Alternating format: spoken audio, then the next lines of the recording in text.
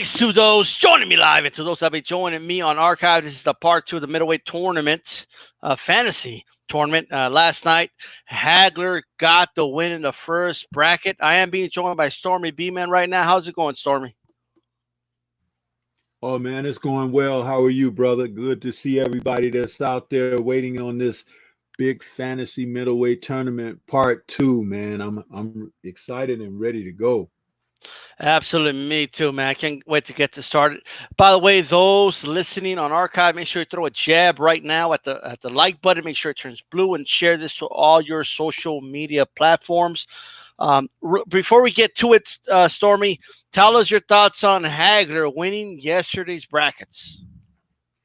Well, I have to say, I'm not surprised. That just speaks volumes about how tremendous a fighter that Hagler was during his career. He reigned as a real champion, and he went through a great deal to become champion. So sort of like a modern day Archie Moore, he went through some things, and when he finally got a hold of that title, he held on to it. So congratulations to Hagler for being the man presently, even as he was during his career. Yeah, man, definitely. A lot of other people are surprised. This did not go without controversy, Stormy. A lot of people felt like Roy Jones. Everybody's saying we must have forgot. But at the end of the day, Hagler got it, controversial or not. At least it's about time the controversy goes Hagler's direction, though. You know what I mean? Yeah, exactly. Man, let's go ahead and get this one started. We'll open up the link once we get past the first round here, so we get that out of the way. We're going to start right now, Stormy, with the current fighters, an active fighter, and Billy Joe Saunders. He is at 168 pounds right now. But he did fight at 160, so he'll be going up against Nigel Benn. Before we go, Stormy, what's going on? What's going on, Curtis? Hey, D-Star, how you doing, man? What's going on? Man, doing great, man. Getting ready to get this first round started. Stormy will get us started. You'll go next, Curtis. But go ahead and get us started with that Billy Joe Saunders, Nigel Benn matchup. How do you see that, Stormy? What's going on, Kurt? How you doing, bro? I think this fight, again, like what we saw last night, where some of the modern era fighters may lack a little bit in certain departments. And this may be another one of those matches where that ends up being the case. Nigel Benn, the Dark Destroyer, who was a force of nature in the middleweight division coming out of the UK, and Billy Joe Saunders, coming out of the UK as well. This might have a different spin on it if Saunders was coming from the US, but Nigel Benn ate up guys from the UK, and that was his thing as the Dark Destroyer. He was a physical force of nature. He was kind of like a middleweight Tyson, somewhat Tyson-esque, where he went in there to overpower and overstrength guys. And we've heard some stories about Billy Joe maybe taking substances and things like that. So maybe naturally he doesn't have the stamina and things that he would need to compete at that level with a fighter like Nigel. So this is an easy one for me. I've 8th round KO. Okay, you cut off there, but I believe you said Nigel 8th round KO. Is that correct?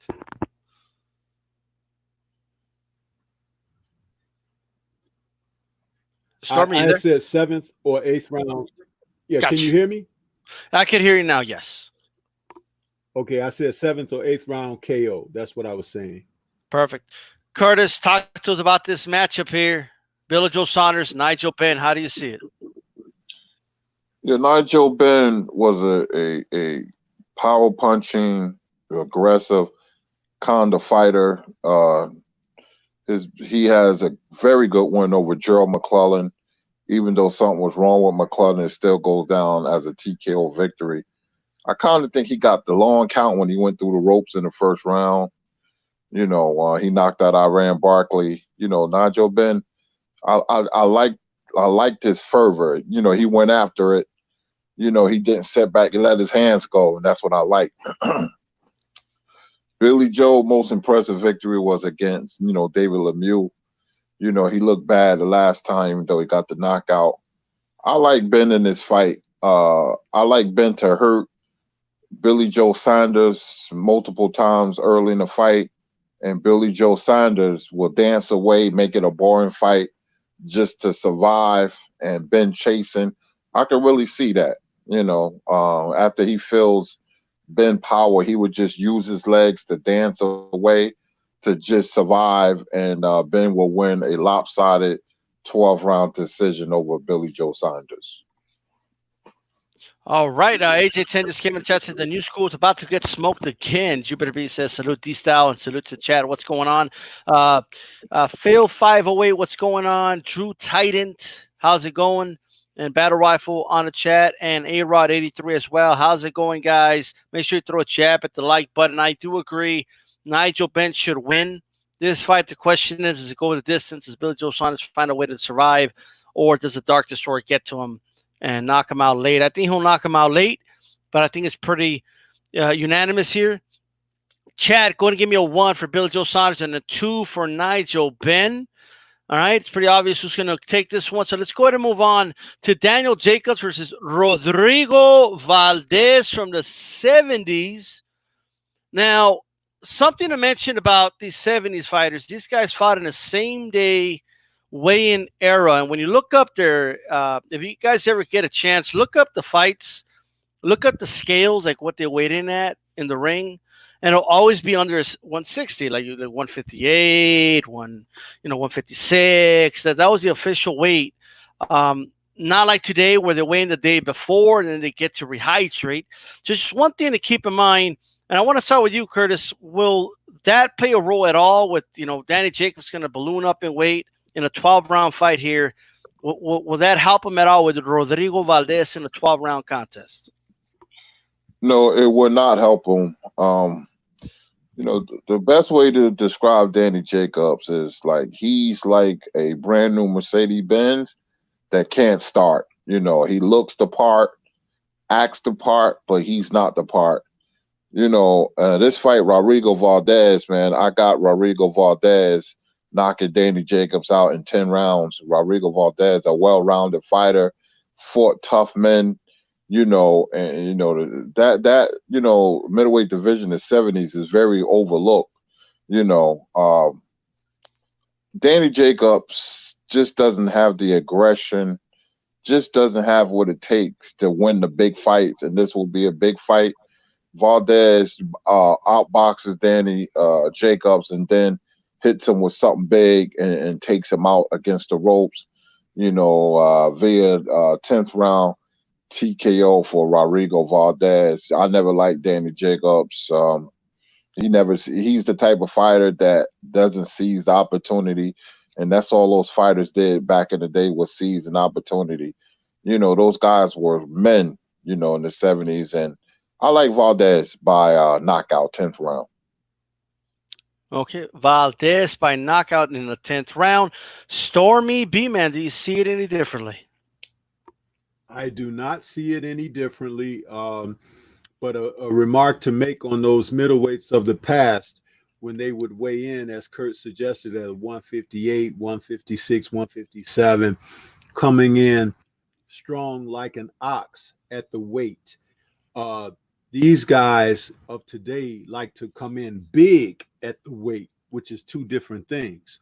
So, again, like Kurt says, I see a late round pummeling that Jacobs takes in this fight, and succumbing to the power and the strength of Valdez late because he's tenacity coming at him. So, yeah, I got Valdez easily.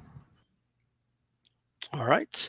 So Rodrigo Valdez from Colombia will take this. I do think he stops Danny Jacobs mid-rounds here. Really good fights with Benny Briscoe. I actually had not seen much of Rodrigo Valdez till this weekend. All right. Got to see some of his fights earlier, and the the Monsoon fight, I hadn't watched it in years. I did not get to see one of them, but I did see their later one in 74. No, not 74. What I'm talking about. This would have been 72. My bad. But nonetheless, good fighter. And I do see the weight playing no role in this fight at all. And he might even be able to fight at a faster pace because he doesn't have to worry about 15 rounds, right? So I have him winning this fight. Give me a 1 for Danny Jacobs. Give me a 2 for Rodrigo Valdez. How do you guys see it? Right? We're going to go ahead and move on to this matchup. Jermaine Taylor, Bad Intentions, right, versus the G-Man. This should be a very interesting matchup. But Curtis, start us off with this one. How do you see this matchup playing out?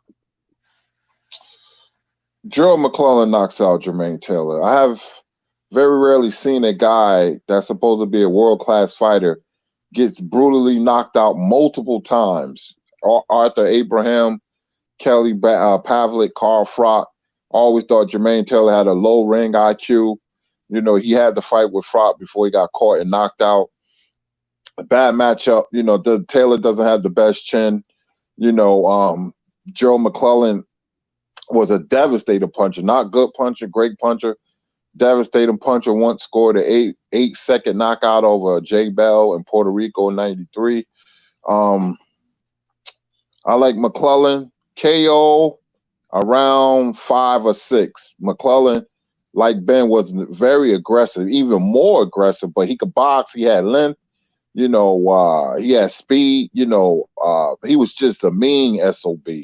You know, and you know, that was shown in the ring. That's the way he fought.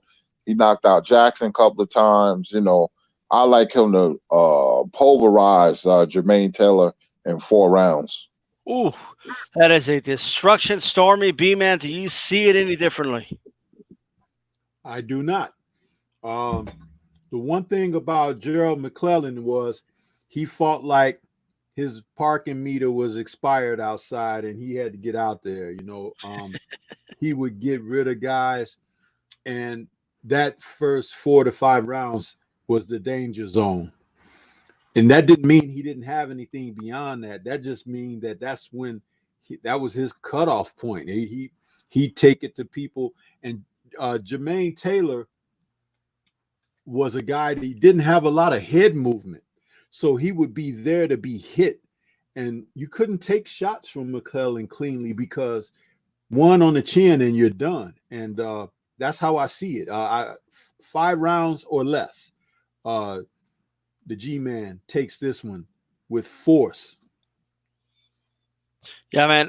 There was always something, not just physically, but just something missing with Jermaine Taylor in fights. I mean, when you have a Corey Spinks backing you up, I think we have a problem. And you're the middleweight champion of the world, and a guy that just got knocked out, okay, at welterweight is backing you up. I think we have a little bit of an issue here. Kasim Uma was backing him up, you know, and these were little guys that moved up to fight him. Not a good look, in my opinion. He did have probably the fights of his life against B-Hop, but I don't know how you guys feel about this. I actually feel B-Hop edged those fights out personally, you know, and I don't think B-Hop fought his best fights in those fights, but I do think in this case the G-Man takes it by. I do agree about a mid-round stoppage of some sort. We're going to go ahead and move on here to is perhaps one of the favorites in a tournament. You know, Carlos Monzon, that has been spelled actually. My bad. It should have a Z, not an S. I acknowledge that. My bad. And I'm Latino too. That's embarrassing. But with that said, Carlos Monzon against Howard Eastman. Stormy, how do you see this matchup playing out? Monzon was one of the best to ever fight in the division, and he had the length and he had the power at the end of his punches. I think that this would be a very good fight up until about the 8th or 9th round, where Monzon will get the better of Eastman and get him out of there. All right. And how do you see it, Curtis? Well, this is a cakewalk for Carlos Monzon, one of the best, very best middleweights ever. Great fighter from Argentina. He knocks Eastman out in like 4 or 5 rounds. Monzon had length, like Stormy said. He had a big right hand, booming right hand. He sets it up perfectly. He know how to deliver that right hand. Eastman wouldn't be able to take it. And Eastman was not a bad fighter, but it's just different levels in this game, man. And Monzon was leaps and bounds ahead of him. Monzon KO, another 4-round fight. Another 4 rounds. These fights are going by like crazy. Okay. Chat, I think I forgot in the last one, but we don't have to do it. But I apologize for that. But for Eastman, Carlos Monsoon, give me a 1 for Eastman. Give me a 2 for Monsoon, bro.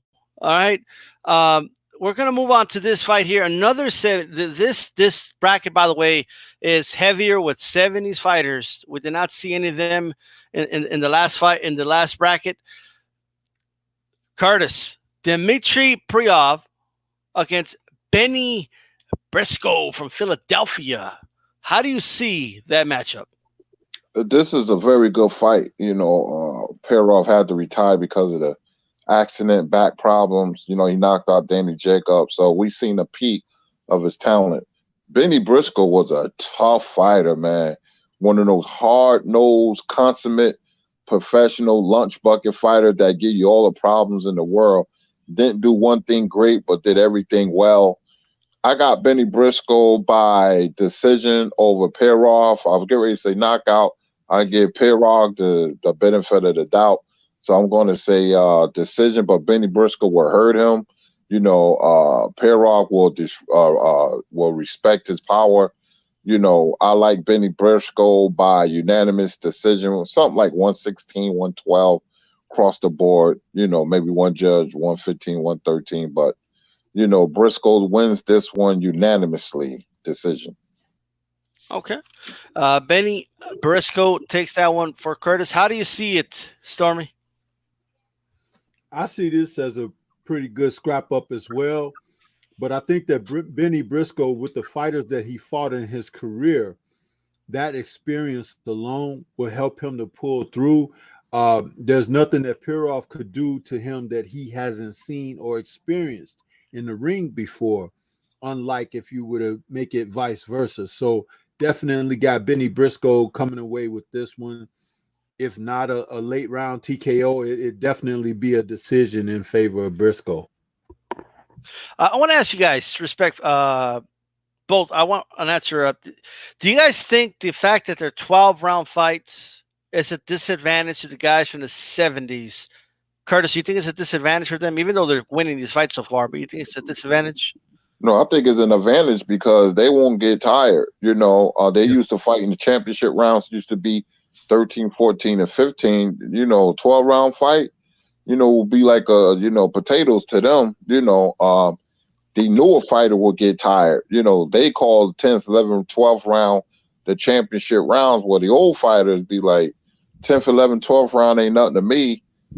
13, 14, and 15 on the championship round. So, it will be an advantage for the old fighters. They'll be still cooking in the ring, fighting at a high pace around about the 11th round, where, the new fighters, most of them fade. You don't find good late round fighters like you used to, so they will fade, and the older fighters will take advantage of their lack of condition.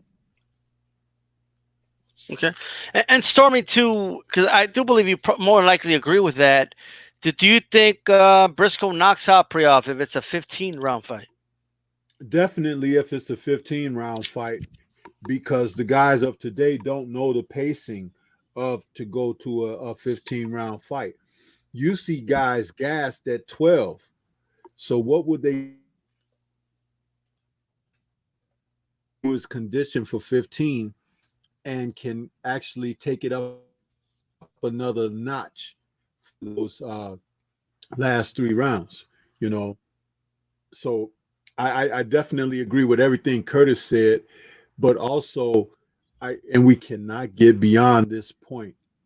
fighters were built different back then. The fighters, the men who fought and what they fought for.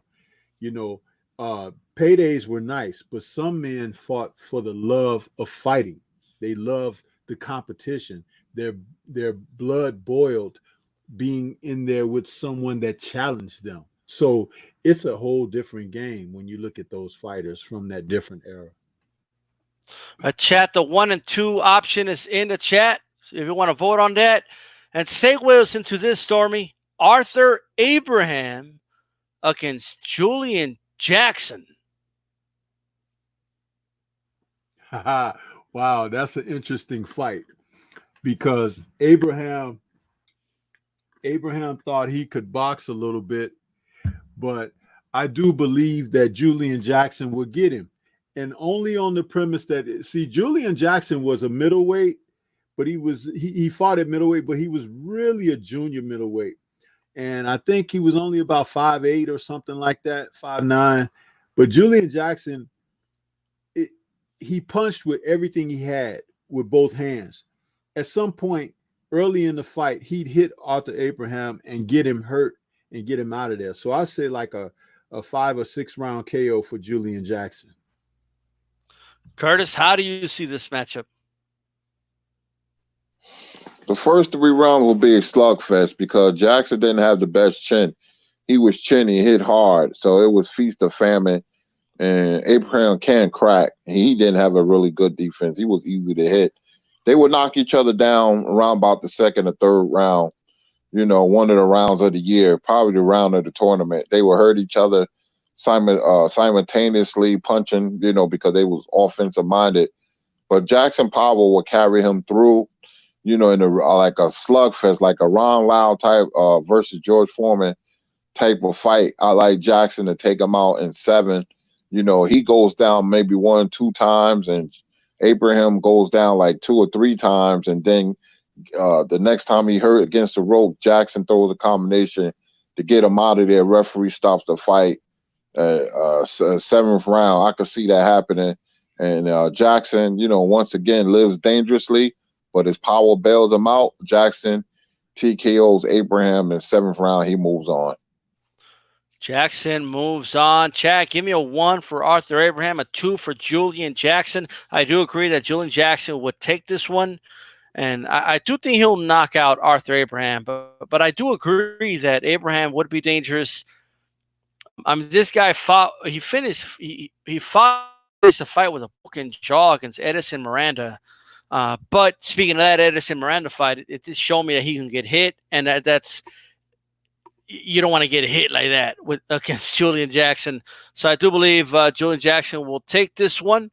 Right now, moving on to this matchup, William Joppy, who was, you know, a fighter that couldn't quite get to the mountaintop because he ran into a guy called Bernard Hopkins over and over again. He also got destroyed by Felix Tito Trinidad. He'll be going against Emil Griffith, who was a great welterweight, moved up and did his thing at middleweight as well. Emil Griffith will come in about some of the fights I saw, like 155, 154. He would have been a great junior middleweight if they actually had that at the time. But let's start with you, Curtis. How do you see this matchup? William Joppy is an okay fighter, not the best ring IQ. Try to stand in and go mano a mano with, Felix Trinidad. I thought it was nuts, but, Emil Griffith, great welterweight, his talent, his speed and power moved up to the middleweight division. It was smart for him to come in a fight at that weight, 155, 156, 154 and a half, what have you. He takes Joppy apart, knocks Joppy out in 8 rounds. If you notice, this bracket has a lot of knockouts, but I like Griffin to beat Joppy by stoppage, TKO 8 rounds. Puts them to sleep, they stopped the fight. How do you see it, Stormy? Is there going to be a storm coming for William Joppy? Listen, this is another education in fights where the difference of guys of today and the guys of yesteryear. Emil Griffin came from an era where fighters were definitely a great deal more technically sound. William Joppy kept his hands beneath his shoulders, and that's inviting chin up in the air. That's inviting a KO from an experienced fighter like Emil Griffin. It's just a matter of which round it would come, and I do believe that Emil Griffin would stop Joppy. So, like middle rounds, I'll say 7 or 8, but it'll be due to Joppy making a great deal of mistakes fundamentally, and Emil Griffin will be able to capitalize on them. Absolutely. I think Emil Griffith just a superior boxer, and I do see him stopping William Joppy as well. Probably frustrate him. Joppy would probably get a little desperate, try to slug it out with them and get knocked the hell out. So William Joppy will win this one. All right. And then we're going to move on to the final fight of the first round. This is a matchup that you could argue should have happened. Felix Sturm, I think most people would agree that he actually did beat Oscar De La Hoya when he was in the St. Card in the lead up to the Hopkins fight. It was De La Hoya's first fight at middleweight. Felix Sturm, in my opinion, won that fight 7 rounds to 5, 8 rounds to 4. You could argue either or. I just don't see a draw or De La Hoya winning that fight. But nonetheless, you could argue he should have been the one to fight Hopkins, not De La Hoya. Assuming that fight happened, not even saying that's the best version of Hopkins anyway, but how do you see it, Stormy? How would a Felix Sturm, Bernard Hopkins fight look like? Another ugly affair with Bernard Hopkins hugging and mauling and grappling and everything, but he would do it to the point of nullifying anything that Sturm would try to do. Now, Sturm was physically strong, but Hopkins would negate that with a lot of his tactics and everything, and it would end up being another one of those victories for Bernard Hopkins, where he just kind of made the fans feel like, man, why don't you do some more, boxing and punching and this and that? But that's the thing that Hopkins was so good at with guys like that, because Sturm was a B-rated fighter, he was less than what Hopkins was, but that would be all Hopkins need. All right. And Curtis, how would you see this matchup? Well, the first 3 or 4 rounds, Stern would be in the fight because he had a terrific jab. A fighter has a terrific jab, he can neutralize some things. And Bernard was a great fighter, man. Sometimes we forget he had 2 careers, 36 and over when he beat Trinidad and De La Hoya, and then the young Bernard Hopkins when he used to come in with the mass and the 2 big guards, bodybuilders, Bernard, great fighter. Sturm, great jab. He would have his moments. It'd be nip and tuck, for the first 3 or 4 rounds. Then Bernard would open up and, break down Sturm. Probably hurt him a couple of times. Bernard had like a lot of sneaky punches, and he wins a unanimous decision. I don't think he'll knock Sturm down for some reason. I just think Sturm was strong. He had a strong foundation, but Bernard would get his attention, and he'll cruise after the 5th round. It'll be all Bernard Hopkins. He'll take him apart with little tricks, taught to him by Bowie Fischer, the great Bowie Fischer. It'll be Hopkins moving on by unanimous decision over Felix Sturm. Well said, man. I do agree that it would be an ugly affair. Like Stormy said, Hopkins fights were just not the fights you watch, especially in those days. It wasn't until he got way older, like in his mid-40s, where he was more hittable, that he had those exciting fights with like Pascal and stuff like that. But at this point of his career, and you could even argue it's not even the best B-Hop of his entire middleweight run. But even that B-Hop, even if we take this Bernard Hopkins that he would have faced, assuming he would have gotten the nod and assuming they would have made the fight happen, I think it would have been a boring fight. Chess match for about 2-3 rounds. After that, I think Hopkins just takes over. Right hands landing all day on Sturm, and as Floyd Mayweather once said, just not about Stern, but just straight up and down, no special effects. And if you don't have something like that against a Bernard Hopkins, you're going to run into a lot of problems, right? I do agree that the jab would give Hopkins some trouble, but at some point, Stern's going to have to do a little more than he ever showed in his career against any version of Bernard Hopkins. Shout out to Blood Boxing in the chat. What's going on to you? Boxing Conversations with Reggie Owens. That is the first round. All right. Let me get this up here. Give me a second, guys. While I get this up here, the next matchup is going to be Nigel Benn against Rodrigo Valdez. This is going to be interesting to hear. Let's start with you, Curtis. How do you see that matchup? This is a very interesting matchup. Nigel Benn, offensive minded, power punching, but Nigel Benn was reckless and his defense was poor. He can get hit, and plus he didn't have the best chin. You know, Nigel Benn was hurt many, many times. You know, sometimes his power bailed him out, you know, but Valdez, you know, he's too good of a balanced fighter to get caught with wide hooks and wild punches that Ben used to throw. Ben would be in the midst of throwing a wide left hook, and Valdez will counter up the middle. He would hurt Ben and beat Ben. I will pick Valdez. You know, very, very well balanced fighter, man. You know, very, very steady. You know, it ain't gonna knock your socks off when you look at him, but when you're in the ring with him, you know how good he is. You know, Valdez, I'm picking him by knockout because Ben Chinwit and all that.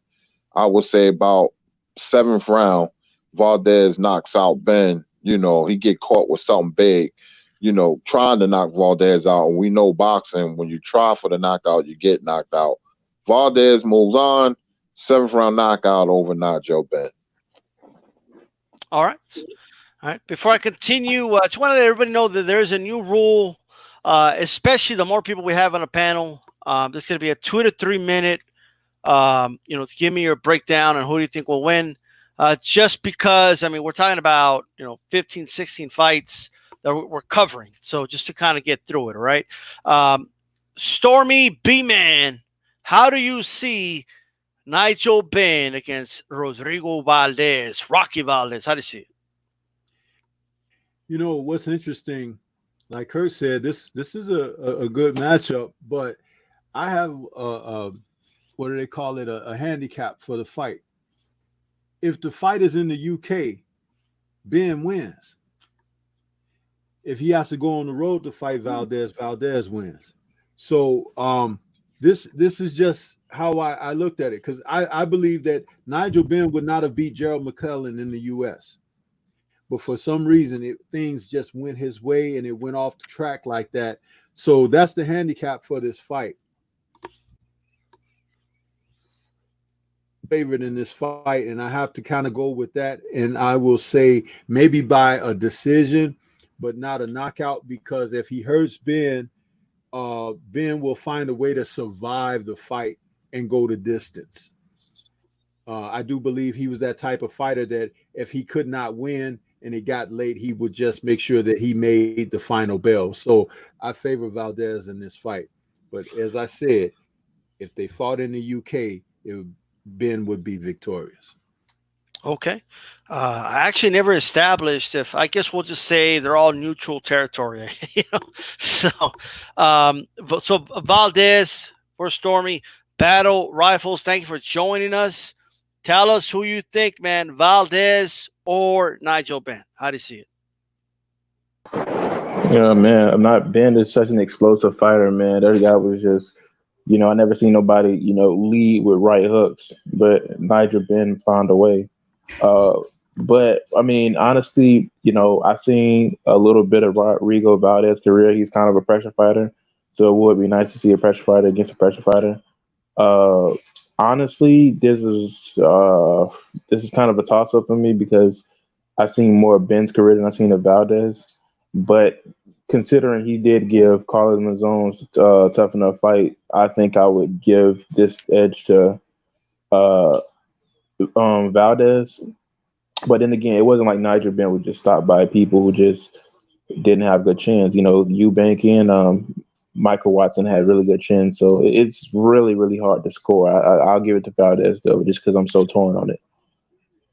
Gotcha.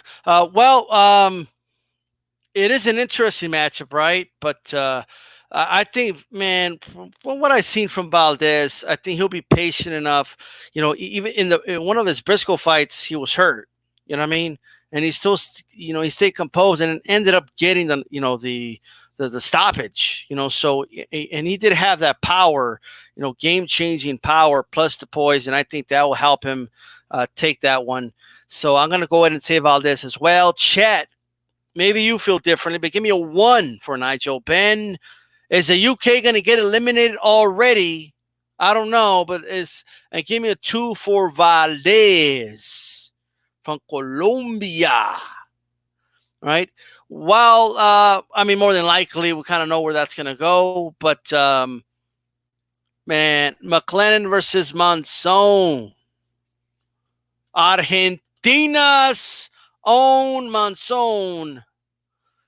Man, look, man, I'm big on Monzon. However, McLennan's no joke. So let's start with you, Stormy. How do you see this one? All right. In the first upset of this tournament, I got G-Man knocking Monzon to Kingdom Come. Dude, there was nothing like Gerald McClellan when he got in there and he let his hands go. And I do believe that Monzon is a great fighter and can box for a number of rounds, but he won't be able to stay away from that punch that the G-Man has. And I got him in a knockout anywhere from 1 to 12. Because all it takes is, like when we talked about Wilder getting that one shot in there, that's how the G-Man was. But he could box a little bit too, so it wouldn't be all that. It's just a matter of when he lands, and it'll be over. Stormy B-Man calling for an upset. Curtis, how do you see this one? La Escopeta, the shotgun. Carlos Monzon against G-Man. How do you see it? I'm gonna go the other way. If McClellan will be dangerous all fight long, but Monzon had a big right hand as well that can get you out of there. Plus, he can box a long range. He was a tall, lanky guy. As dangerous McClellan was, Monzon pedigree, experience will carry him through. It will be a tough fight. He probably will hurt Monzon a couple of times. Monzon will hurt him too, with his right hand. But Monzon's jab, all around boxing skills, his height, his length. But somebody got it. Yeah, go ahead. Yeah, I like Monzon by 12th round unanimous decision in a terrific fight. Battle of Wills, but Monzon moves on. McClellan is eliminated. Right, I see Cal Enigma has joined us, bro. You had some feedback. I'll get to you in a moment. Battle Rifle. How do you see this one?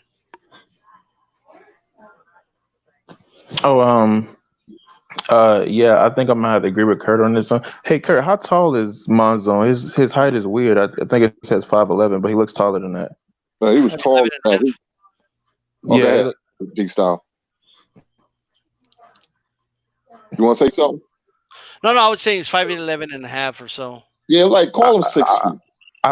Yeah, because he looks taller than it. Call him 6 feet, 6'1". I thought it was 6'1". Call him, they say that about 6 feet to 6'1", and he had a temper. He was mean, man. He was mean, but about 6. Call him 6 feet. Yeah, exactly. I don't think there was, ever a point where he was stopped in his career. Maybe I'm wrong. I'll go look it up. But the guy had a terrific chin, and he is one of the greatest boxers that ever did it. He might have been really slow, but he made up for it because he had such great length and he could set up the punches so perfectly. He was one of the few punchers that really didn't need to throw really advanced combinations. He stuck his combinations to only a 1, 2, 3, and that's all he needed because he was that good. G-Man, I think he's like he looks the physically stronger guy. The guy was probably a 168 pounder based on his his shoulders and stuff like that. But honestly, I think that Monzone will have his number this night just for the simple fact that I've seen Gerald McClellan like fade sometimes in the late rounds. Like it's just the fact of the matter is once you're in those late rounds, it gets much harder to get focused on a guy in front of you, especially when you have tons of skill. So I think I'll give this to Monzone. All right, man. It's really hard for me to go against Monzone on this one. That dude, he definitely has the pedigree. And while look, McClellan is dangerous, and can he win? Absolutely. Can he pull the upset? Absolutely. But I'm kind of like 60-40 with this one. 60 being Monzone. I believe he would win more often than not, but I'm going to have to go with Monzone on this one. All right. Carlos Monzone, and I want to know what the chat thinks, however. All right. Kelly dropped off there, so we're going to go ahead and go to whenever we can, Kelly come in, but we're going to go ahead and take this to the chat. Give me a 1 for Gerald McClellan. Give me a 2 for Carlos Monzone. And while the chat starts to vote, I got to say, not one of no fighter from the last 20 years advanced.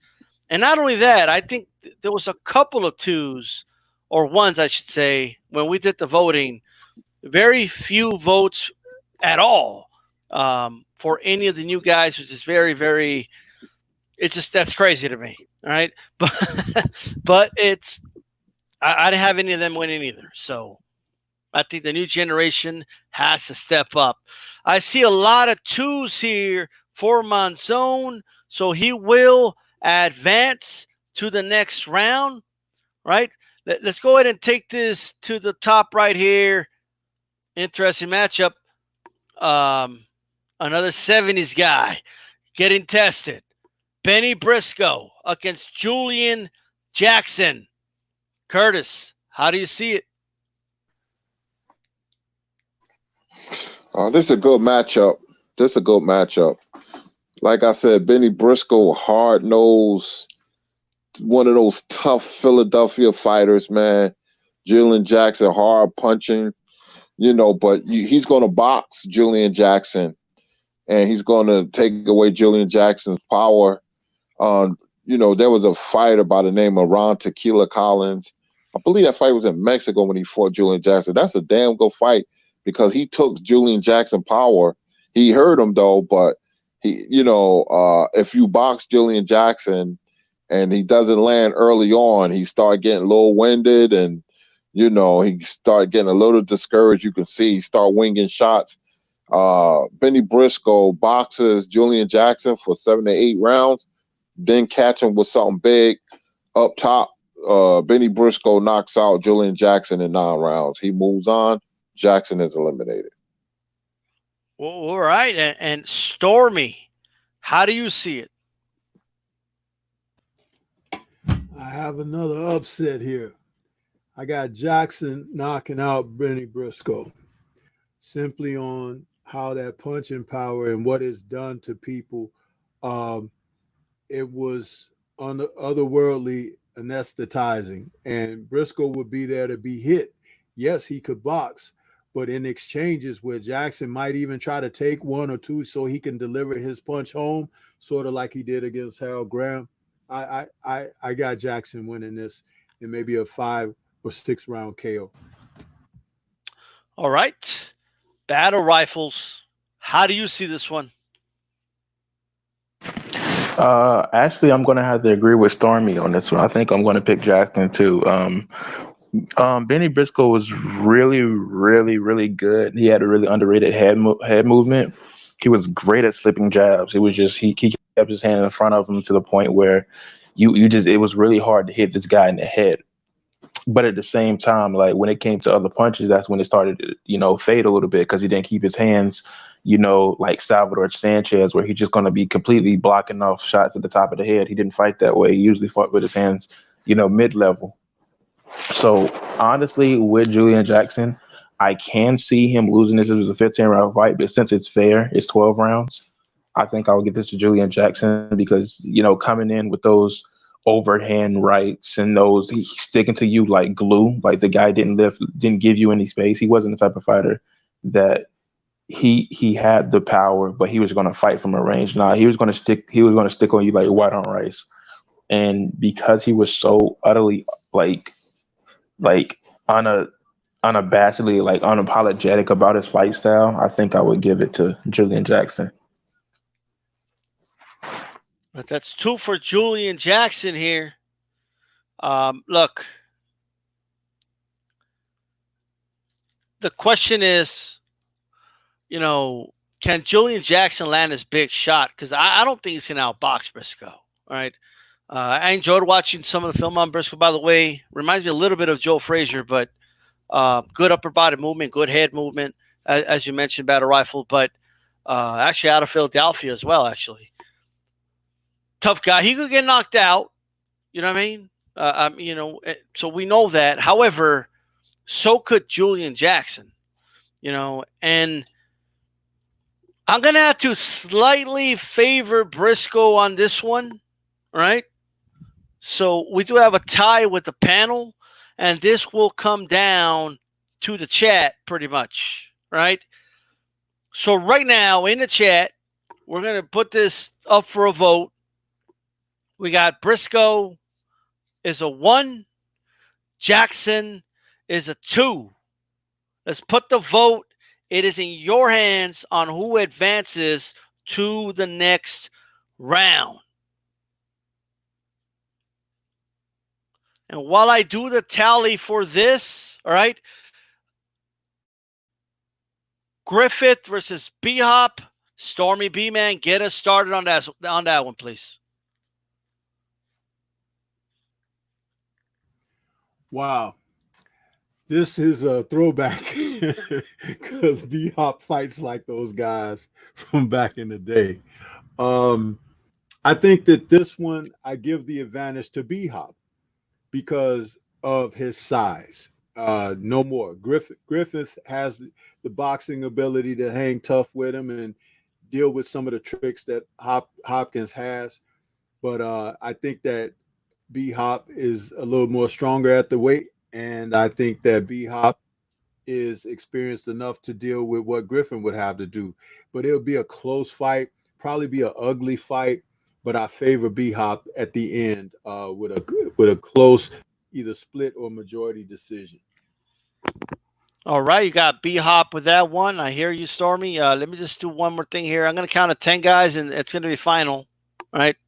So 1, 2, 3, 4, 5, 6, 7, 8, and a 9, and a 10. Briscoe wins by, I guess we'll call it a split decision. He will advance. Back to Griffith versus B-Hop. Stormy has B-Hop winning that matchup. How do you see this one, Curtis? This is a throwback fight, if there's one. Bernard was smart, very high ring IQ, man. He had the soul of an old school fighter from the 50s, man. He had good power. People forget, but Bernard can punch, man. When you look at the knockouts of Joe Lipsy and Segundo Mercado in the rematch where he was knocked down twice in the first fight in Ecuador, they fought a rematch in D.C., and then he pulverized Mercado. So that told me a lot about his character. When you could win a rematch in dramatic fashion like that, that tells me a lot about a fighter. Bernard had it all. He had tough fights with Antoine Eccles and Robert Allen, man. And you see, only man to knock out Trinidad and De La Hoya. He was always in shape as a middleweight, man. Bernard went up to light heavyweight, beat Antonio Tarver, something Roy couldn't do. So I'm like, man, he Bernard's something else, man. He's hell for everybody, man. I like Bernard to just outwit Emil Griffin, plus he was physically strong. It wouldn't be a knockout. I give Griffin the benefit of the doubt. It'll be a unanimous decision. 8 rounds to 4, 8 rounds to 4, 9 rounds to 3. Bernard Hopkins. All right, that's 2 for Hopkins. How do you see this one, Battle Rifle? I'm going to stick with B Hop too. Emily Griffith was terrific, you know. But again, I have to agree with Story and B Man that it all comes down to size. Emily Griffith was what, all of 5'8", and you know, at the time that people was fighting, the guys were small, man. He beat a guy by the name of Dick Tiger, who actually Dick Tiger. It's so funny. Dick Tiger was actually 5'8" himself, and he went up to light heavyweight after he was fighting at 160 and actually gained the title. And the guy he lost his title to is Bob Foster, and Bob Foster's like what, 6'4", 6'3". So that means he had like a like a 9-inch height advantage. So like he literally had people like 5'8" competing at heavyweight, and he actually won a title. So you know, I think he's just too small for Bernard Hopkins, who's like 6'1". Honestly, not small like in a sense like weight, just the height. It would placate to the fact that Bernard Hopkins just knows how to box already really well, and then him just leaning on you the entire time, and the referee's not going to just jump in so quickly. I think I'll give this a B Hop. Gotcha. All right, Cal isn't told me his phone's acting up. All right. So look, man, I agree. I mean, at some point, we could say size doesn't matter and all that, but at some point, it does matter when, you know, the bigger guy has, you know, the skills and the determination and puts in the hard work. And like Curtis said, I mean, this is you know, it's kind of weird how Hopkins is in this bracket with a lot of the throwback guys. You know, he's on here with the 70's guys, and he got selected in the draft along with these guys. It's, you know, not by design, probably by accident, but ironic for sure. I got B Hop winning this. Let's go and ask the chat here. Give me a 1 for Emil Griffith. Give me a 2 for Bernard the Executioner Hopkins. Does anybody believe Emil Griffith could take this one? You know, go ahead and let me know. It looks like B-Op's going to go ahead and take this one. While I get the brackets, you know, updated here, just a quick question for the panel, and I want to take this to you, Stormy. You know, why is it like, you know, although with the exception of Emil Griffith, a lot of these same day weighing guys, you know, we acknowledge that, you know, they don't weigh as much, you know, the day of the fight, but it appears this is this much of a disadvantage, you know, given the fact that guys today balloon up 15 pounds and stuff.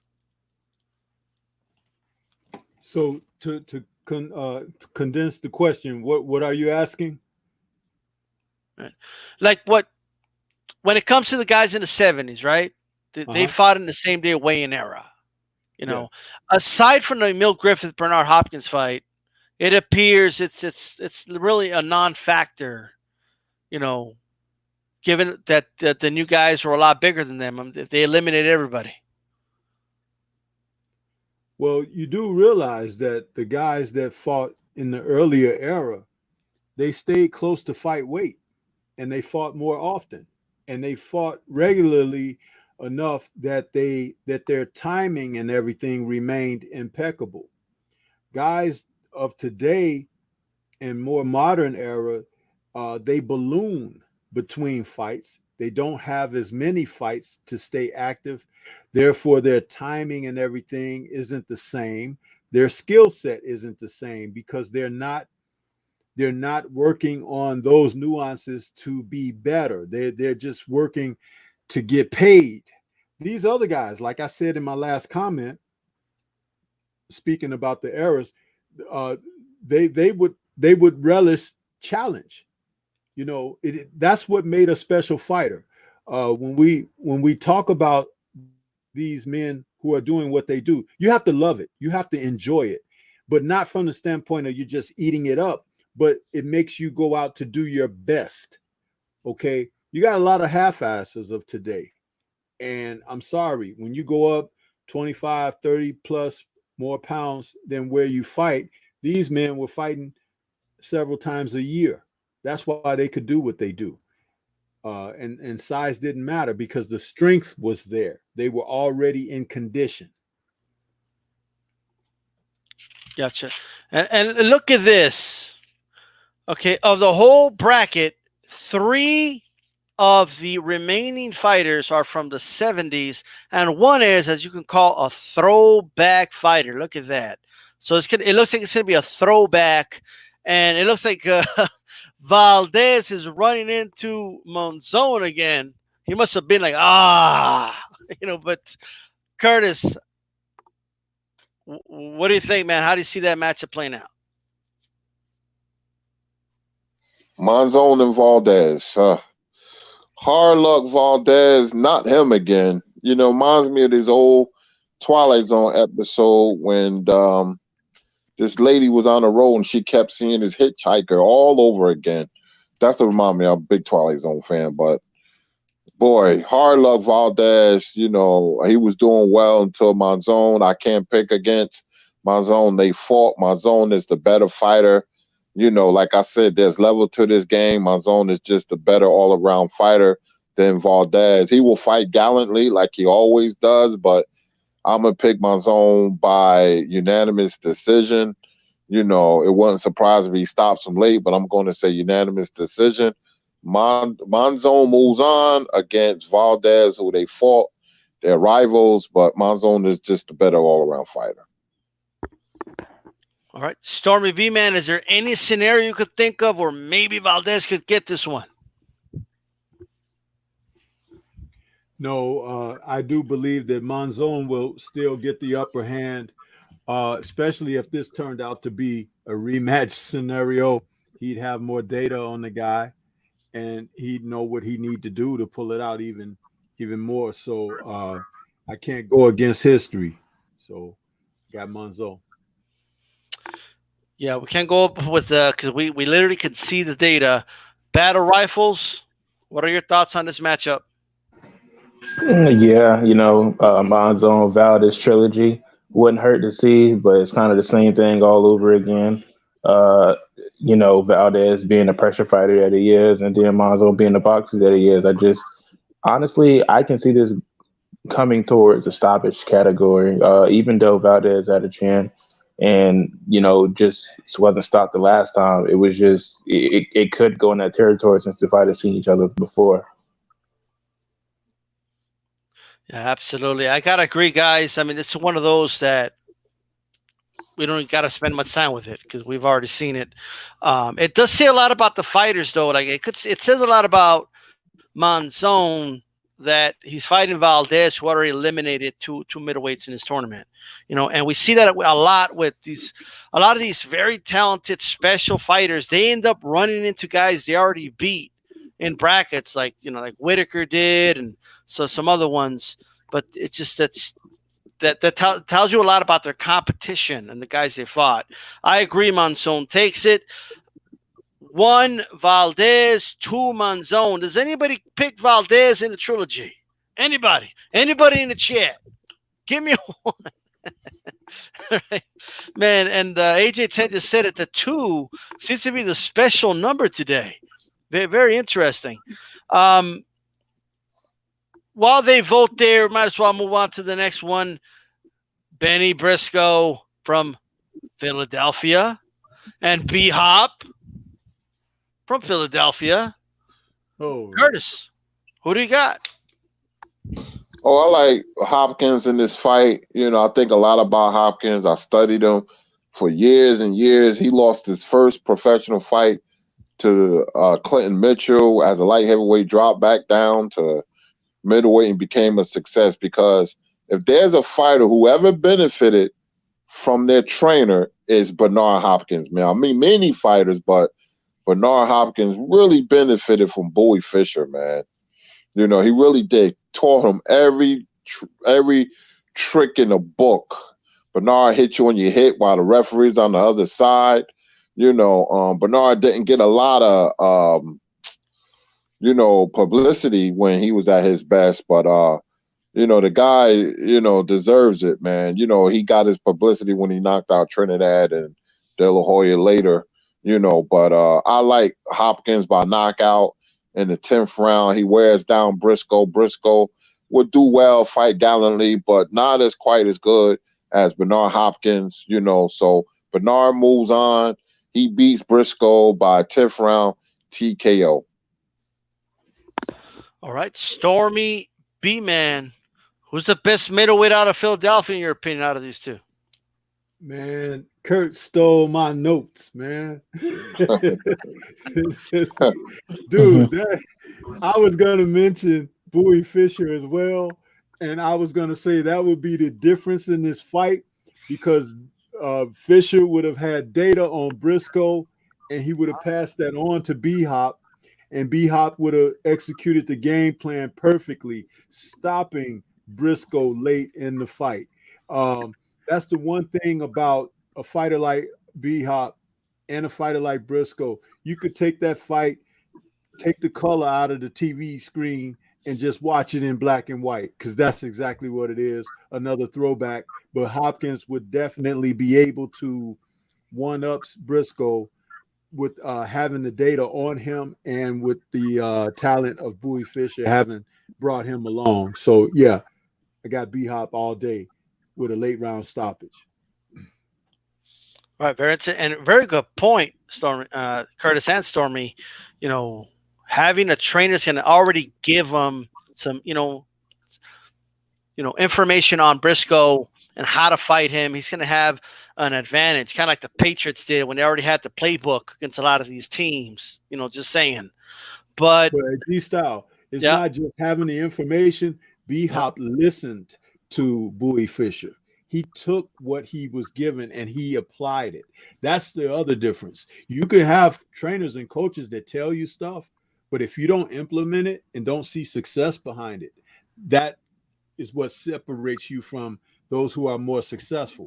B-Hop actually put into work and application what Bowie Fischer shared with him. All right, very interesting. Man, the 2's going to win again. What's with the 2 tonight? I don't know, but maybe Battle Rifle sees it, something different here. How do you see it, man? Man, I got B-Hop, and this one, just for the simple fact, B-Hop just was one of the greatest, and as far as pure boxing goes, the guy was just a legend with it. He was just one of those guys that was just the king of hitting, not getting hit, and he did hit you a lot. He wasn't the guy to shy away from, getting down and dirty up in the paint, because that guy was going to real hit you. And I think Benny Briscoe just doesn't have his number. Bernard Hopkins was going to be way better than Benny Briscoe that night. Just the simple fact that he's just a way better all around boxer than he is. Yeah, B-Hop's going to take this one. He's got my vote too. My question would be before, and while I ask this question, Chad, give me a 1 for Briscoe. One needs a win. Like it's crazy, right? Give me a 1 for Briscoe, 2 for B-Hop. Okay. While you guys tally that up, is Briscoe B-Hop an exciting fight or a snore fest, Curtis? Is it a good fight at least? It's a good fight, because Bernard was offensive in his younger prime days as a middleweight, and Briscoe came to bring it as well. I think and plus being from Philly, though, sometimes fights like that take on their own energy and their person. Every fight has their own personality. It'll be, who's the best middleweight come out of Philly. So that alone, it will be a very good fight, I believe. And, but one thing about Bernard that I start looking at him differently when Trinidad knocked out Joppy, you can look at it. Watch the end of that telecast. Bernard was there. He had on a white T-shirt and or a white shirt with a black suit jacket, and he was being interviewed. And a lot of people was concentrating on Trinidad and Roy Jones because the Puerto Rican fans used to have a big old flag. I used to see them at fights saying, "Roy Jones, you're next." And all the fighters that Trinidad beat They had their names crossed out, Whittaker, Vargas, and so on. And Bernard says, I've been studying Trinidad for years. And it didn't resonate until after the fight. And he said, I know Trinidad very well. So that tells me that Bowie knew he was going to fight Trinidad, and they sat down and they studied Trinidad. And I love fighters who study, other fighters. And that just rung bells to me when it came to Bernard, because I say he's a student of the game, and he took time out to study Trinidad and everything he did in the fight. And he said this will be one of my most easiest fights. And everything he said came true. So, I always like Bernard, man. Later on he was on some other stuff, but talk about in the ring, because you can't trust fighters out the ring. But I think, Hopkins and Briscoe will be a good fight. Stormy, you concur with that? Yes, sir. All right. Kurt said it, man. He wrapped it up. He even put a bow on it for you. I'll give you a hint. The bald guy's gonna win. Well, there you go. I can totally see it. Be up advanced, by the way. I know nobody's shocked by that news, but the twos have been dominating for the most part, outside of one or two fights here, but twos have been winning all night. But before we get to the main event, make sure you guys throw a jab at the like button. All right. You should do that. Share this on your social media platforms. Bernard Hopkins, I can totally see him telling Briscoe, you ain't going to beat Monsoon. I got to fight him. Okay. And if you beat Monsoon, you already lost to Hagler. So we don't need you to advance. All right. So let's go ahead and start this one. This one's interesting. Carlos Monsoon, the shotgun, versus Bernard Hopkins, the executioner. How do you see this one, Curtis?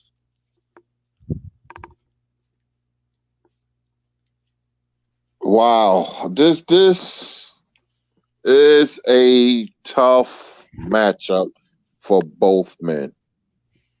Wow. Whew. This one takes time, man, because you're talking about not two good fighters, two great fighters. And when you have two great fighters, it gets a little iffy. Yep. Oh, man, Carlos Monzon, man, great fighter, man. One of the very best fighters to ever come out of Argentina, man. And Bernard Hopkins have that tough Philly pedigree. Philly is, well, as we all know, a great fight town, man, with past great champion. Bernard Hopkins, great fighter, man. Tricky, a lot of moxie, savvy. I'm a pick, man. This is a tough one because I love both men. I grew up watching them. Monzon, my father, Hopkins, myself. Bernard, by a hair. Bernard wins a split decision over Monzon, and the reason Monzon didn't have the fastest hands, and plus he threw what you call long punches, and that is not going to work against Bernard because Bernard will, counter that.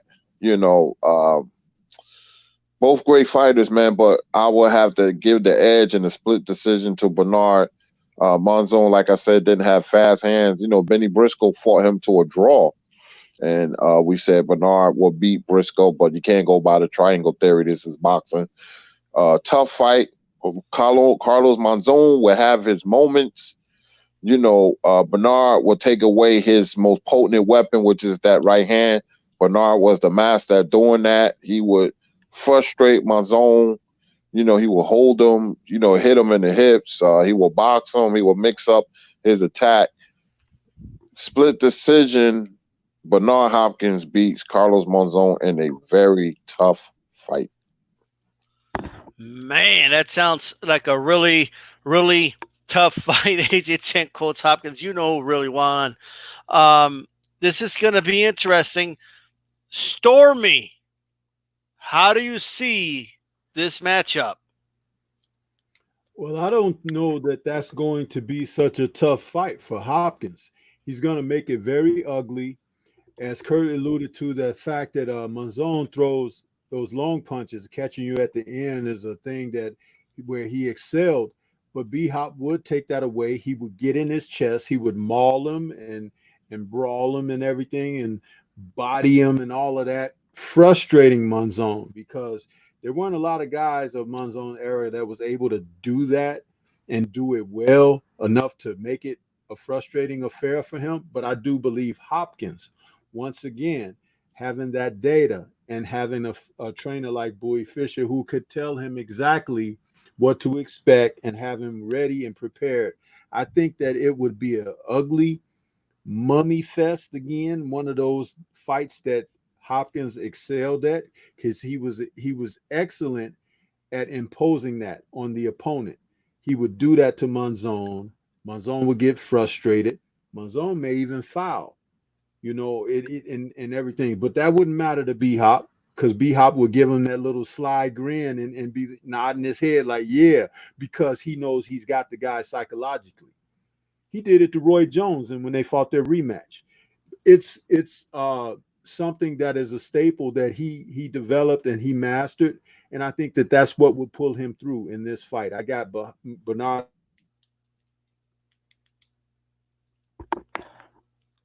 You cut off there, Storm. I'm not sure if you had finished, Stormy. It sounds like you cut off at the end. I can you hear me now? Yes. Yeah, but you said Bernard Hopkins, I was right? just decision in 12. Okay. Yes. All right. Yes. That's 2 for Bernard Hopkins in the bag. How does the third judge see it? Battle rifles. How do you see the matchup with a shotgun versus the executioner? Oh my goodness, this is a really, really, really tough fight. When I look at these fighters, it's just two guys that are super crafty. Bernard Hopkins is probably the more craftier fighter, but I've seen Monzon numerous times fight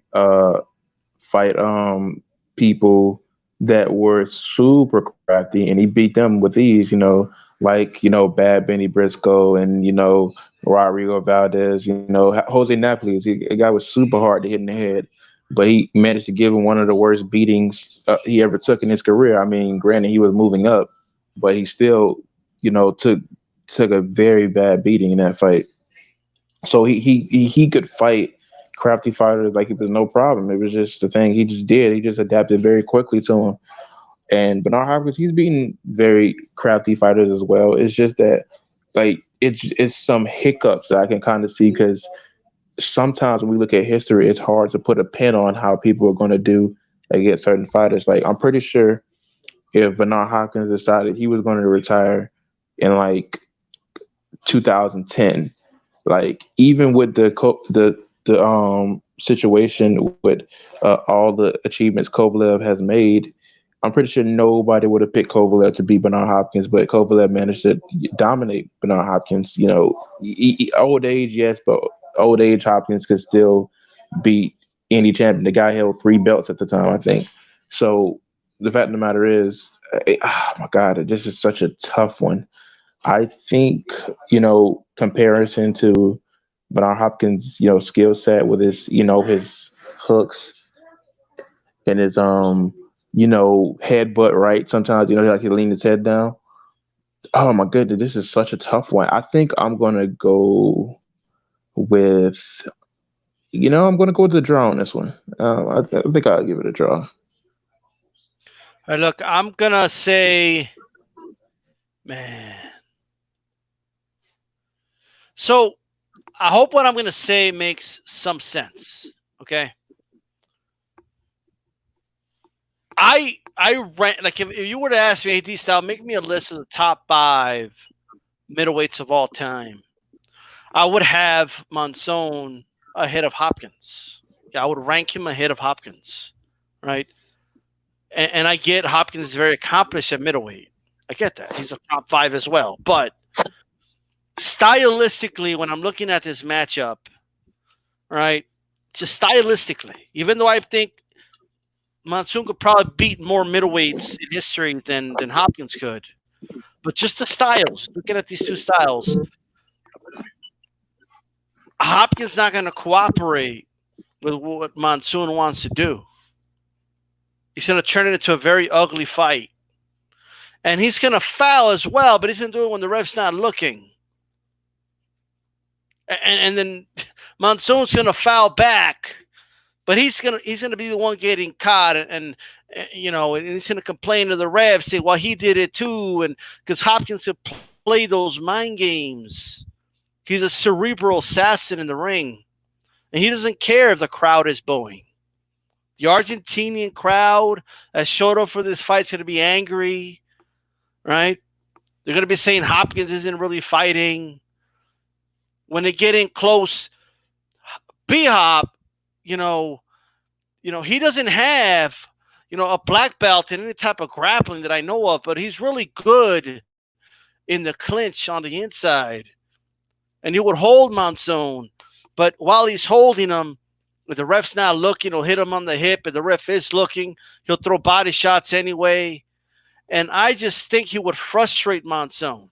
I don't think he would hurt Monsoon. I don't think like Monsoon will leave that fight feeling like he was just in a war or something like that. But he's going to leave that fight frustrated. And he's going to leave that fight, very dissatisfied probably. Now, could there be moments, however? Like, do I see Monsoon catching B-Hop and dropping him? That is a possibility, right? Anything can happen, obviously. It's boxing. But this is, the best version of themselves. If this is an older B-Hop, yes, Monsoon will beat his ass. If this was a green B-Hop, I'd pick Monsoon too. But this is the best B-Hop. The executioner. Now I'm going to have to give my vote to Bernard Hopkins. All right? Even though I'm a big Carlos Monsoon fan, my grandfather introduced me to him. I understand he's a hero in Argentina, and he was a hell of a fighter and a warrior and deserves all our respect. I'll even say I'm a bigger fan of his than Hopkins, but when it comes to boxing, you got to set feelings aside sometimes. And I just think stylistically, this is a bad matchup for Carlos Monsoon. He won't stop trying, but lastly, the fact that he doesn't have those extra 3 rounds to maybe catch B-Hop, yes, less time to do it, makes my pick a little easier. I'm going to go ahead and pick Carlos. Sorry, what is that? B-Hop. I'm going to pick B-Hop to win this one. Now, I want to know what the chat, but before I go to the chat, Battle Rifle, are you sure you want to stay with the draw, or do you want to pick a winner? I'll stick with the draw. Okay. All right. So unless the chat feels very generous for Carlos Monsoon, you never know, but let's see. Give me a 1 for Carlos Monsoon. And look at this. Give me a 2 for Bernard Hopkins. Put it in the chat to make it official. And we all know what this means. All right. We all know what this means. Look at the 2, bro. AJ 10 says Carlos Monsoon. I mean, I could see that. I really can. Depending on how you view it. But I just think, looking at the stylistic matchup, I think it's a bad matchup for Carlos Monsoon. Curtis, I want to ask you this question before we go to the final. Yes. Even though you had B-Hop winning the fight, who do you rank, if you were to make a list of all-time middleweights, who do you rank above the other?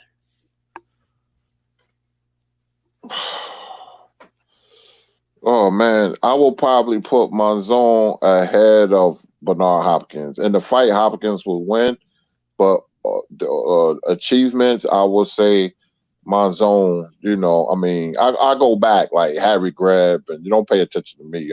I'm just nuts like that. Harry Greb and Charlie Burley, guys like that, Tiger Flowers, but I'm talking about the update, the middleweight division. I got people like Hagler and, Monzon and people like that, Tony and, Hopkins, so, that's just the respect that I gave Carlos Monzon. Yeah. But I got him on, if I would make my list, I will put Monzon before Bernard Hopkins. Gotcha. Okay. Let's go ahead and before we go to this, Stormy, you want to offer any thoughts on that? All-time ranking?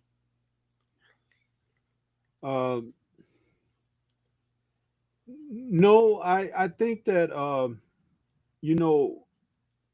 you put one guy at the top and the others become interchangeable because of the guy who's on top is usually the one that has fared, and everyone else jockeys for position. The guy I have on the top, in my mind, it's probably the same guy that a lot of people have, but at the same time, it's like you look at it like, just because Ali was so much from his era, that didn't mean that the other guys weren't great as well. You know what I mean? That it's that kind of thing. I hear you.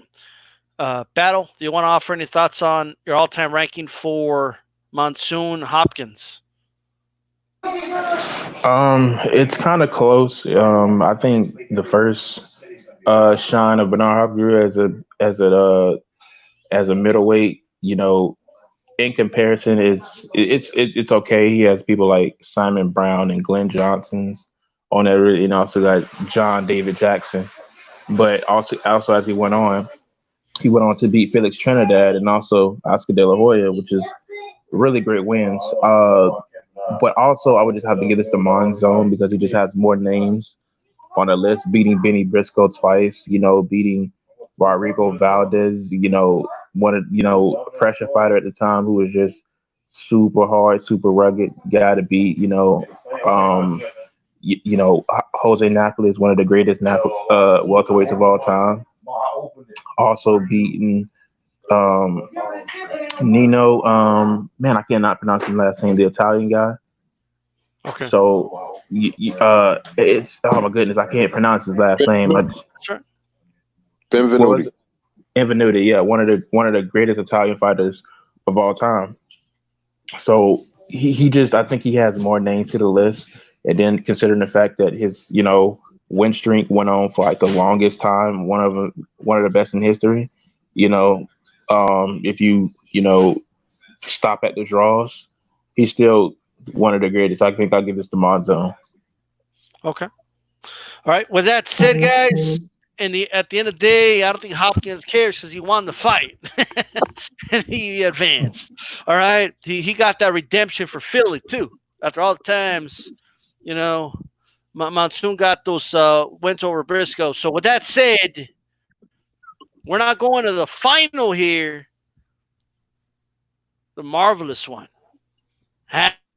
He won yesterday, and now here he is. Now he knows who his opponent is against Bernard, the Executioner Hopkins. Start us off, Curtis. How to see this one? This is a really interesting fight, go fight. Bernard Hopkins is a great fighter. We all know that. We've seen him many times. Marvin is just special. Marvin is a better all-around fighter than Hopkins. And what made Marvin special was he can fight long range, mid range, and up and close. And he won't muscle Marvin like he do other fighters. Marvin wouldn't have that. What Hopkins can do, Marvin can neutralize Bernard. Marvin had a very underrated jab too. When you look at the Duran fight, that was a high-tech boxing match. The big difference between that fight between Hagler and Duran was Marvin's left jab. Beautiful. It was hitting Duran on the forehead. He was aiming for his forehead. Marvin is just, he had a chin of steel, man. And, he was a boxer. And after he got robbed against Andy Fermo, he said, "These going to be my judges," famously. he raised his fist and he started knocking people out. And he was a boxer, puncher, boxer, puncher, everything. And he could do it all. He could switch. People talk about Terrence Crawford. Marvin could switch so smoothly like butter. He was special, man. And Leonard caught him at the right time. The Hearns fight was at the tail end of his career, the Mugabe fights. But Marvin, in the late 70's and early 80's, when he used to fight up in New England, when he was just going through the division, Marvin was something else, man. Marvin beats Bernard Hopkins by unanimous decision. Probably somewhere around 8 rounds to 4, 9 rounds to 3. As great as Bernard is or was, Marvin is special. So Bernard will find out how strong Marvin is the hard way. Because Marvin is going to jab him. He's going to mix up his attack. He's going to hit him with short punches. Marvin was the master at throwing short punches, man. And Bernard going to say to himself, I should be doing that. And he going to find out that Marvin is the alpha male in the ring. Marvin Hagler by unanimous decision over Bernard Hopkins. All right, marvelous Marvin Hagler, who happens to be number 2, by the way. But with that said, Stormy, and I'll get you a copy of that. I'll send you a link of that image, Stormy. But what are your thoughts on this matchup, man? How do you see it? Wow, what a fight, man. This is like what it's all about. This is the type of fight that fight fans like to see. I'll go out on a limb and say that I think that Bernard Hopkins might be the second smartest fighter that Hagler would have faced at this point, because I would deem the first one Leonard. That being said, I think that Bernard would be able to do enough to stay highly competitive in the fight, but I see Hagler edging the decision, but it wouldn't be pretty.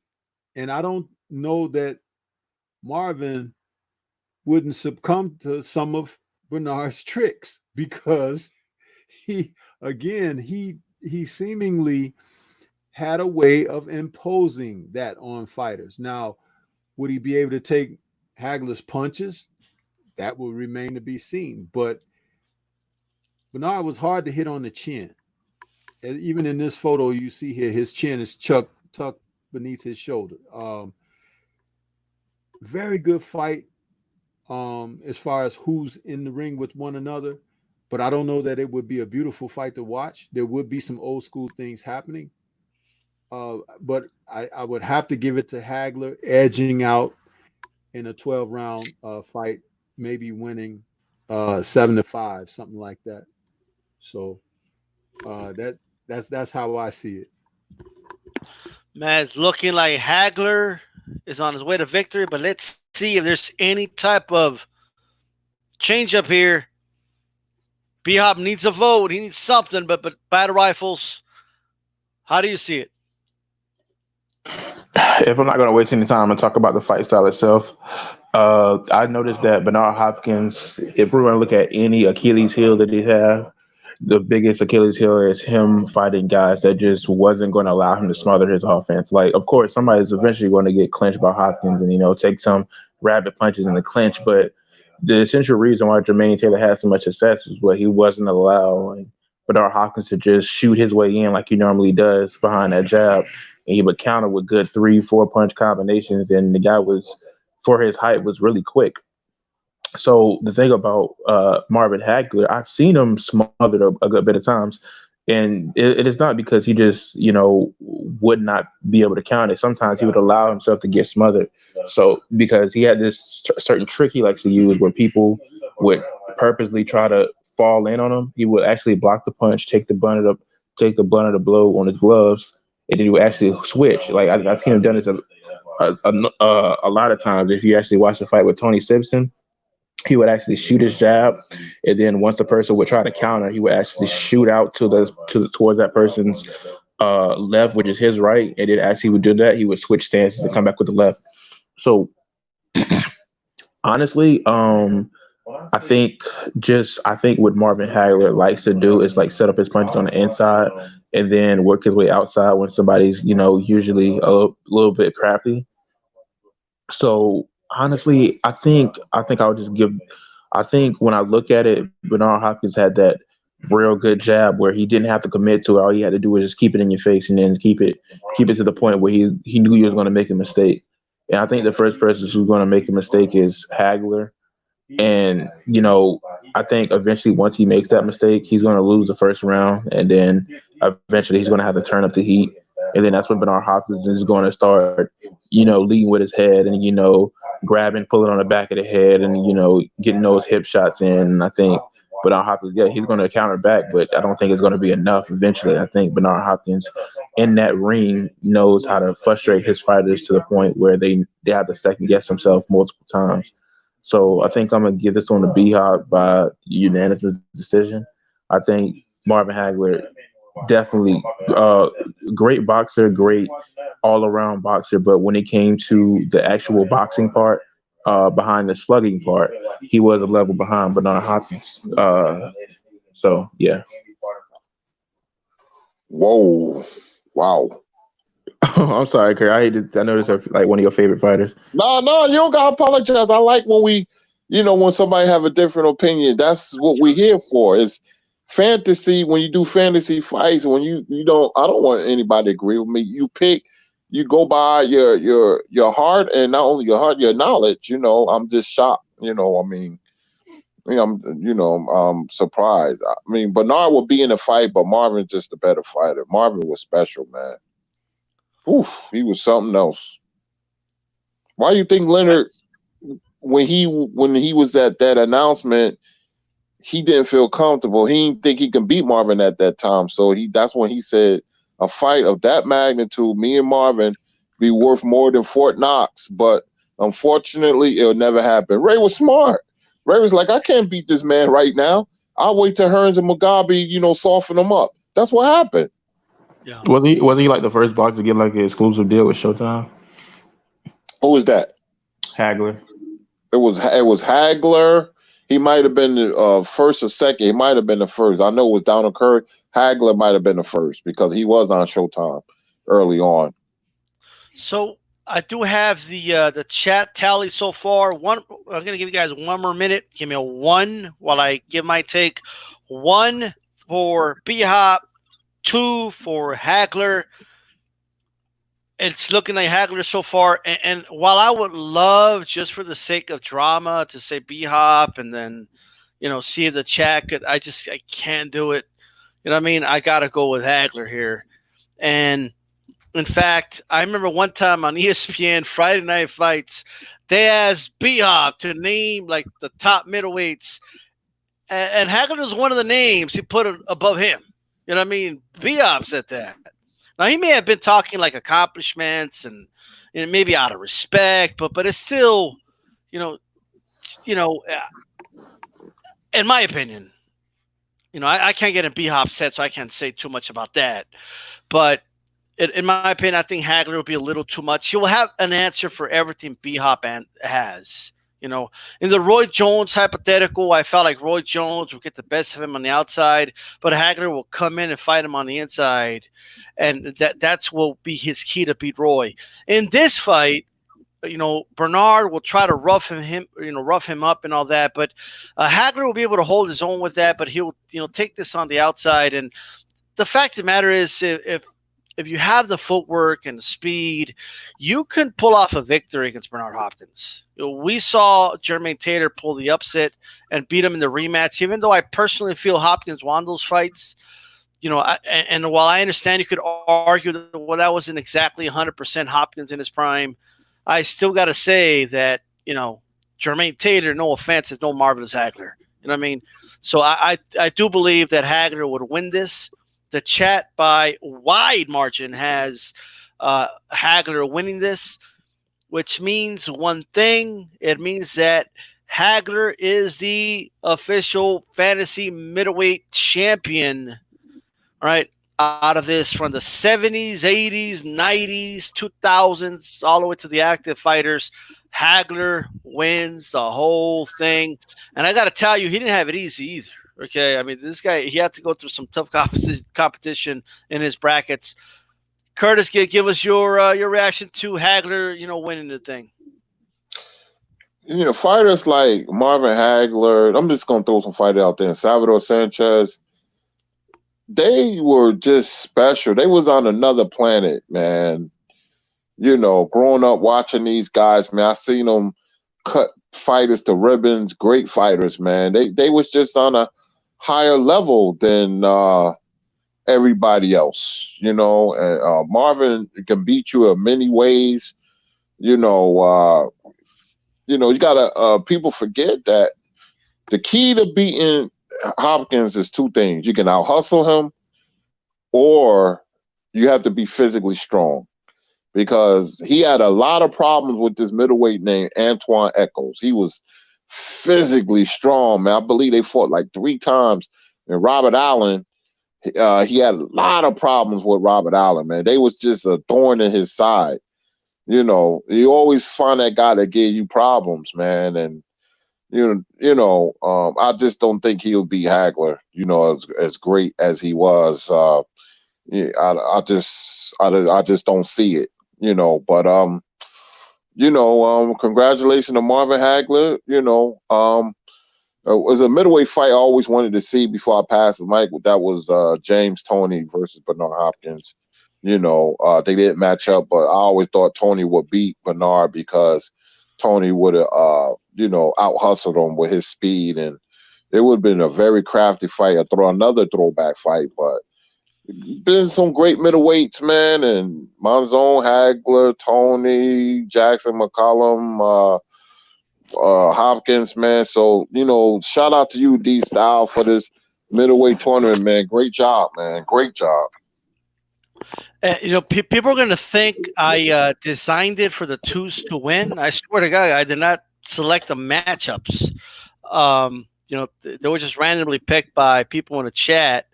But people are going to be like, there ain't no way. These stuff did it like that on purpose. Like some Illuminati shit. You know what I mean? But battle rifles, give us your thoughts on Hagler winning.